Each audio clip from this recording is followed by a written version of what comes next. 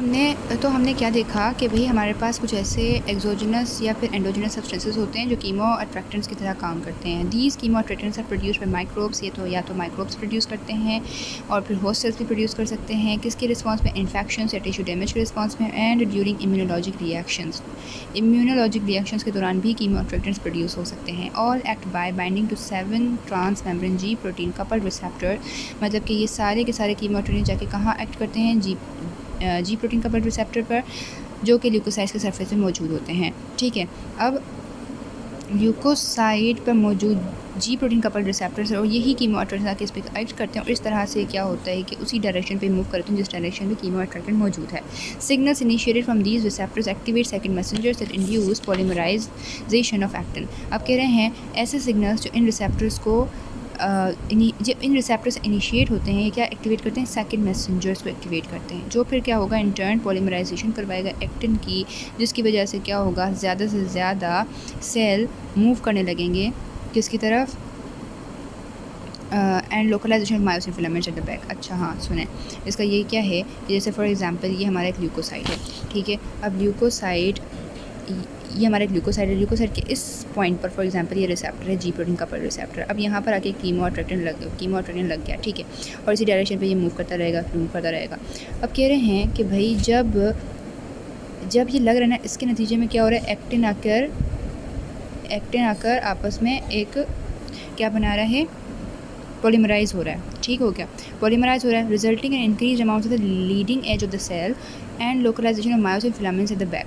अब इसके नतीजे में क्या होगा कि जो सेल का जो वो एंड जहाँ पर एक्टिन बनता आ रहा है, इसके ऑपोजिट तरफ से क्या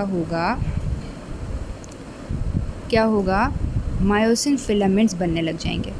एक्टिन बनता चला गया है, एक्टिन पॉलीमराइजेशन होती जा रही है। अब जिस एंड से ये बनता जा रहा है ना, उसके ऑपोजिट एंड से क्या होगा? मायोसिन के फिलामेंट्स बनते चले जाएंगे, लोकलाइज होते जाएंगे। तो leucocyte moves bye extending filopodia. अब कह रहे हैं कि ल्यूकोसाइट मूव कैसे होगा कि वो एक फिलोपोडिया बनाएगा, मतलब कि ये क्या करेगा? उसी डायरेक्शन की तरफ एक अपने जैसे सूडोपोडिया होता है ऐसे अपना बना देगा, ठीक है, उस डायरेक्शन की तरफ बना देगा।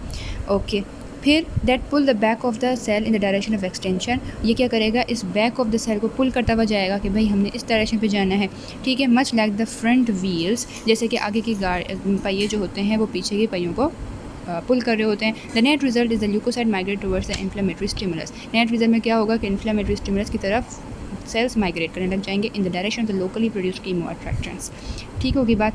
The nature of the leukocyte infiltrate varies with the age of the inflammatory response. अब कह रहे हैं ल्यूकोसाइट जिस तरह से रिस्पॉन्स कर रहा है ना, वो डिपेंड करता है एज पर, इन्फ्लेमेटरी रिस्पॉन्स की एज पर, and the type of stimulus, ठीक हो गया। कि मतलब एक कितना पुराना है, एक्यूट है ये, मतलब कुछ घंटे पुराने की बात है कि भाई हमें स्टिमुलस मिला है, कुछ मिनट्स पुरानी बात है कि हमें स्टिमुलस मिलता जा रहा है, और फिर किस किस्म का स्टिमुलस है। In most forms of acute inflammation, अब कह रहे हैं कई जो एक्यूट इन्फ्लेमेशन है उसमें न्यूट्रोफिल्स प्रीडोमिनेंट होते हैं in the inflammatory infiltrate during the first 6 to 24 hours, और वो एक्टिव होते हैं इन्फ्लेमेटरी प्रोसेस में 6 से 24 घंटे के अंदर, एंड आर ग्रेजुअली रिप्लेस्ड, और फिर ये आहिस्ता आहिस्ता मतलब अपनी जगह, मतलब ये अपना काम छोड़ जाते हैं, उनकी जगह पर कौन आ जाते हैं?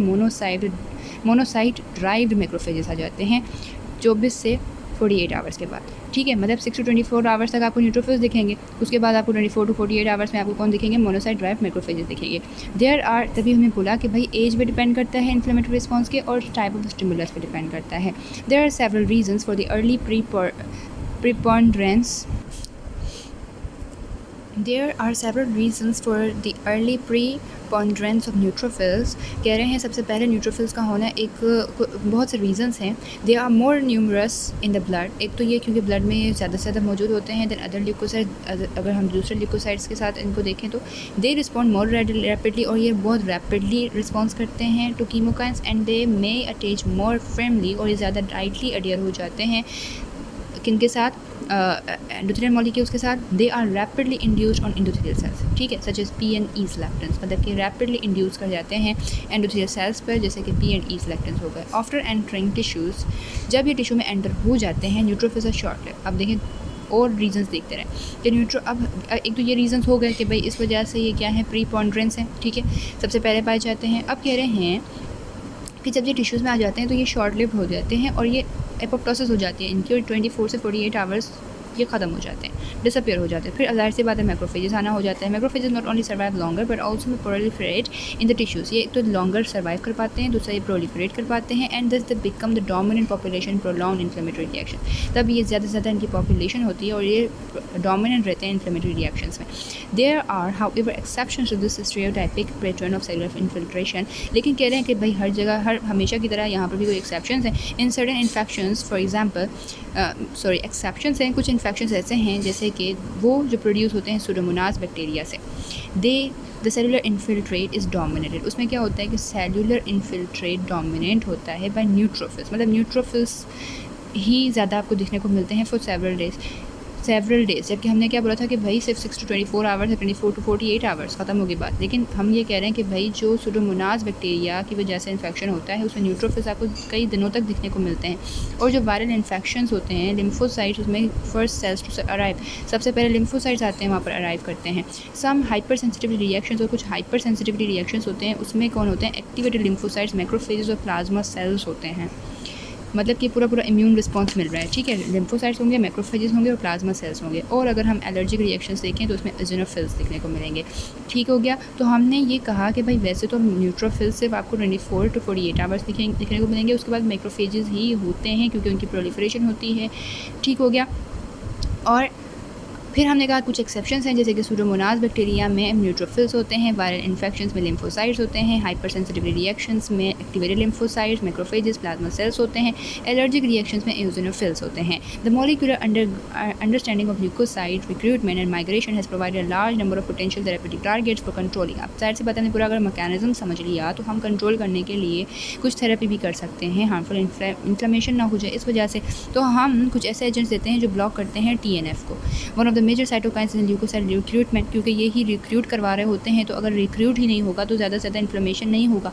तो हमने TNF को ब्लॉक करने वाले एजेंट्स दे दिए। Are among the most successful therapeutics, और ये बहुत सक्सेसफुल रहा ever develop for chronic inflammatory disease, ताकि क्रॉनिक इन्फ्लेमेटरी डिजीज़ ना हो जाए, एक्यूट हो, क्रॉनिक ना हो ना। And antagonist of leukocyte integrins are approved. अब एंटागोनिस्ट हमने दिए हैं ल्यूकोसाइट एंटीग्रेन्स के, वो भी बहुत ही अप्रूव हुए हैं इन्फ्लेमेटरी डिजीज़ को ट्रीट करने के लिए, and are being tested in clinical trials. और हम इन चीज़ों को अभी तक टेस्ट करते हैं क्लिनिकली, ठीक है। Predictably, these antagonists not only have the desired effects of controlling the inflammation, एक तो ये antagonists क्या करते हैं, इन्फ्लेमेशन को कंट्रोल करते हैं, but can also compromise the ability of treated patients to defend themselves against microbes। बल्कि ये एबिलिटी बढ़ाते हैं पेशेंट्स की कि भाई वो क्या करें, खुद ही से माइक्रोब्स के अगेंस्ट लड़ पड़ें, which of course is the physiologic function of the inflammatory response। मतलब इन्फ्लेमेटरी रिस्पॉन्स जहाँ नहीं होना चाहिए वहाँ ना हो, जहाँ होना चाहिए वहाँ हो। ऐसे हमने थेरेपीज़ दी थी, इसका अच्छा इफेक्ट रहा। दूसरा हमने TNF को ब्लॉक कर दिया। तीसरा हमने एंटागोनिस्ट दे दिए ल्यूकोसाइट्स के, ल्यूकोसाइट इंटीग्रेंस के। ओके होगी बात।